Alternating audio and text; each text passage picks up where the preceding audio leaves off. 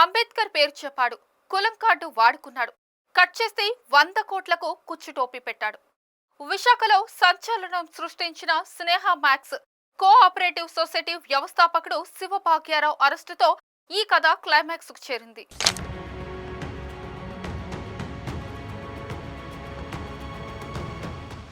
విశాఖలోని సీతంపేట రాజేంద్రనగర్లో స్నేహ max cooperative సొసైటీని IRS మాజీ అధికారి శివ భాగ్యారావు 2008లో ప్రారంభించారు. అంబేద్కర్ భావజాలం ముసుగులో ప్రచారం చేయడంతో ఎస్సీ ఎస్టీ ప్రజలు, పలు ప్రభుత్వ శాఖల్లో రిటైర్ అయిన ఉద్యోగులు లక్షల్లో పెట్టుబడులు పెట్టారు. 12% వడ్డీ ఆశ చూపడంతో 1450 మంది 2504 అకౌంట్స్ తెరిచి 100 కోట్లకు పైగా డిపాజిట్లు చెల్లించారు. అయితే చెల్లింపులు ఆగిపోవడంతో డిపాజిటర్లు 2024 మే నుంచి పలు రూపాల్లో ఆందోళనలు నిర్వహించారు. కాగా గత ఎన్నికల సమయంలో శివభాగ్యారావు బాపట్ల వైసీపీ టికెట్ కోసం విఫల ప్రయత్నం చేయడం కలకలం రేపింది.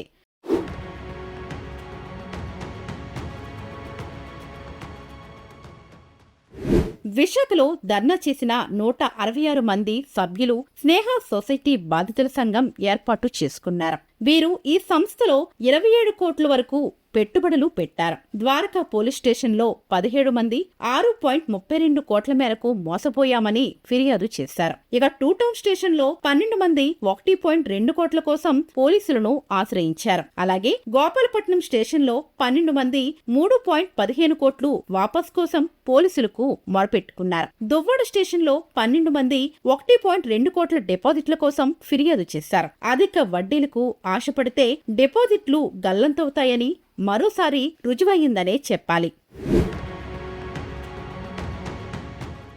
బాధితుల ఫిర్యాదులతో సిపి శంకబ్రత బాగ్చి ప్రత్యేక శ్రద్ధతో దర్యాప్తుకి ఆదేశించారు. డీసీపీ మణికంఠ పర్యవేక్షణలో ఏసీపీ అన్నెపు నరసింహమూర్తి ఆధ్వర్యంలో ప్రధాన నిందితుడు శివభాగ్యరావుని పోలీసులు ఇటీవల అరెస్టు చేశారు. అతని కుమారుడు క్రాంతికుమార్, శ్రీకాంత్ సహా పలువురు డైరెక్టర్లను పోలీసులు అరెస్టు చేసి కోర్టులో హాజరుపరచగా రిమాండ్ విధించారు. ఈ సంస్థ నిర్వాహకులు కొంతకాలం స్నేహ టీవీ సైతం నడపడం విశేషం. స్నేహ సొసైటీ ద్వారా కొట్టేసిన సొమ్ముతో కొన్ని బినామీ సంస్థలు కూడా నిర్వహించినట్టు విశాఖ డీసీపీ మణికంఠ మీడియాకి తెలిపారు. నిందితుల ఆస్తులు విక్రయించి డిపాజిట్లు వాపస్ చేయాలని బాధితులు కోరుతున్నారు.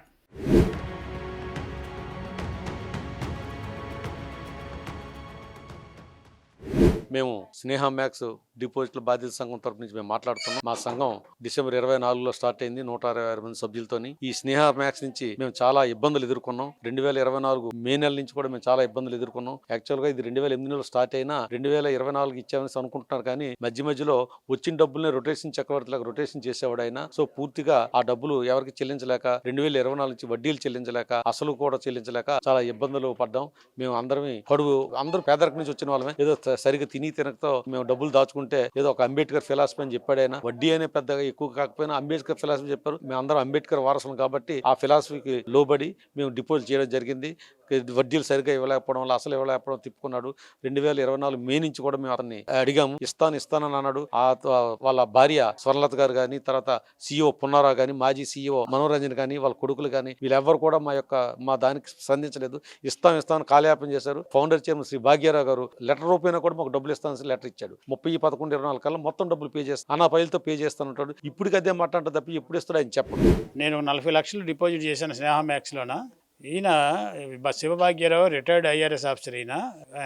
ఆయన స్నేహ మ్యాక్స్ 2008లో పెట్టి ఎస్సీ ఎస్టీలకి అందరికీ స్నేహ మ్యాక్స్ ఎస్సీ ఎస్టీ మ్యాక్స్ అని పెట్టాడు మొట్టమొదటి 2008లో. పెట్టిన తర్వాత 2014లో మాకు ఎవరికి తెలియకంటే అది స్నేహ మ్యాక్స్ అని పెట్టాడు. మన కోఆపరేటివ్ డిపార్ట్మెంట్లు ఏమంటారంటే ఇప్పుడు హెడ్డింగ్ మార్చినప్పుడు తలొక కరెక్ట్ గా అవ్వలేదండి, అది పనిసిబుల్ అది. ఎందుకంటే మాకు ఎవరికి తెలియకంటే ఆయన అలా స్నేహ మ్యాక్స్ పెట్టాడు, అది తప్పది. మళ్ళీ ఎస్సీ ఎస్టీ కింద ఉన్నట్టు దాన్ని మార్చాలంటే వాళ్ళందరూ కూడా జనరల్ బాడీ మీటింగ్ లో యాక్సెప్టెన్స్ రావాలి, అటువంటిది లేదు అనేసి కోఆపరేటివ్ సొసైటీ వాళ్ళు చెప్తున్నారు. తర్వాత ఏం చేశాడంటే అంబేద్కర్ ఐడియాలజీ మనం అందరం ఎస్సీ ఎస్టీలం కాబట్టి మనం అంబేద్కర్ ఐడియాలజీని ఫాలో అవ్వాలని చెప్పి steel plant employees, port employees, అసలు ఎన్టీపీ, ఇప్పుడు హెచ్పిసిఎల్, రకరకాల ఇక్కడ గవర్నమెంట్ ఎంప్లాయీస్ అందరూ కూడా ఎవరైతే రిటైర్ అయిపోతారో పట్టుకొని చాలా మంది దగ్గర బ్యాంక్ ఎంప్లాయీస్ ఉన్నారు. ఇప్పుడు అప్పారావు గారు బ్యాంక్ ఎంప్లాయీ, ఆయన దగ్గర ఇటువంటి వాళ్ళ దగ్గర ప్రతి ఒక్కరు కూడా డబ్బులు తీసి వేసుకొని ఈ డబ్బులను ఏం చేసాడంటే అతను పిల్లల పేరున వాళ్ళ బినామీ పేరున ఆస్తులు కొనుక్కొని ఈ రోజు మా డబ్బులు పేమెంట్ చేయడానికి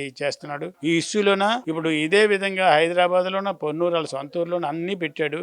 ప్రతి దగ్గర కూడా ఇలాగే మాలాగే అక్కడ కూడా చేశాడు. అన్ని కలుపుకుంటూ 100 కోట్ల పైన ఉంటాయండి డిపాజిట్ల తాలూకా గల్లత్ అయిపోయినవి. మాకు వచ్చే 50-70 కోట్లు మా ఉంటాయి, కానీ హైదరాబాద్, పొన్నూరు అంతా కలిపితే 100 కోట్ల పైన ఉంటుంది. మన టీవీలో వస్తున్నవన్నీ కూడా కరెక్టే, 100 కోట్లు అన్నమాట. తర్వాత రెండోది ఏంటంటే ఇప్పుడు మా డబ్బులన్నీ ఇవ్వకంటాను తిరుగుతుండు, ఎస్కేప్ అయి తిరుగుతున్నాడు. ఈ రోజు కమిషనర్ గారు లేకపోతే ఆవిడ దొరికేవాడు కాదు. మన పోలీసులు కూడా ప్రతి ఇన్స్పెక్టర్, ఏసీపీలు కూడా చాలా శ్రమించారు, టెక్నాలజీ ఉపయోగించారు. ట్రాక్ చేసిన దగ్గర చాలా టెక్నాలజీ ఉపయోగించి వీళ్ళందరినీ పట్టుకోవడం జరిగింది. నిజంగా చెప్పాలంటే మేము పోలీసు డిపార్ట్మెంట్ వారికి మా తలకు ధన్యవాదాలు తెలియజేయడంలో అతిశోక్తి కాదు.